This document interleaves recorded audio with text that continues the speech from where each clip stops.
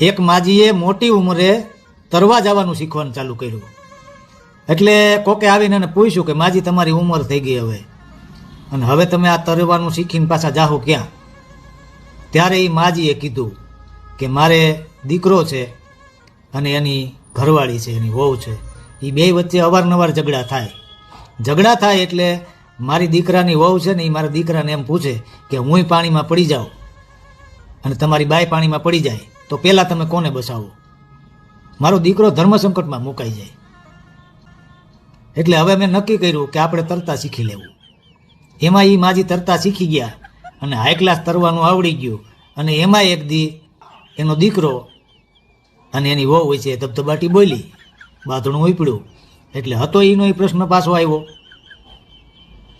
ઓલી જે બાઈ હતી એણે એના ઘરવાળાને કીધું કે તમારી બા પાણીમાં પડી જાય અને હુંય પાણીમાં પડી જાઉં તો તમે કોને બચાવો?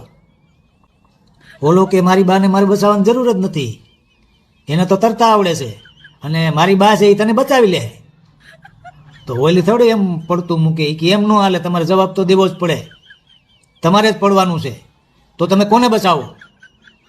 ત્યારે ઓલાએ કીધું કે તો પછી તારે ડૂબવાનું રહે, કારણ કે મને તરતા નથી આવડતું અને મારી બા છે એ મને બચાવે.